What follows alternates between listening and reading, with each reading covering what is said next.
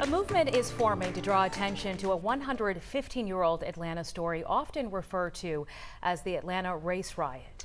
And it was much more than that, and some historically minded Atlantans want it commemorated, and they really would like it renamed. 11 Alive's Doug Richards has more in tonight's Voices for Equality.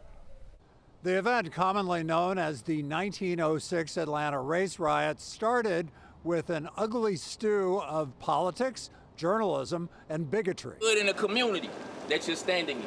It peaked in this southeast Atlanta neighborhood, marked in a rainy midday march by more than 100 people.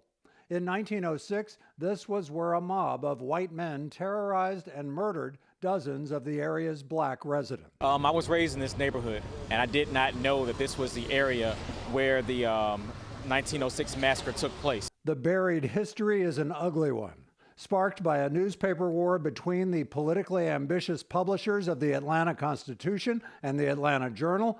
Each printed headlines that frightened white readers. I'm, in my late 30s now, and I just learned about this event, a couple of years ago.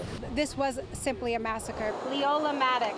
Those leading this march say it's incorrect to call what happened a riot when the victims did nothing to provoke it.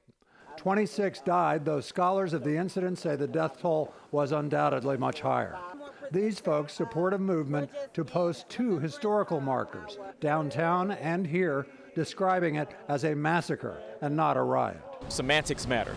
It's not just a riot, it was a massacre. Leola Maddox was shopping with her husband and was stabbed multiple times. People were just going about their daily lives. A mob came in and massacred them. Part of the reason this story kind of got buried over the last 100 years could be rooted in the power of one of the publishers who helped provoke the slaughter.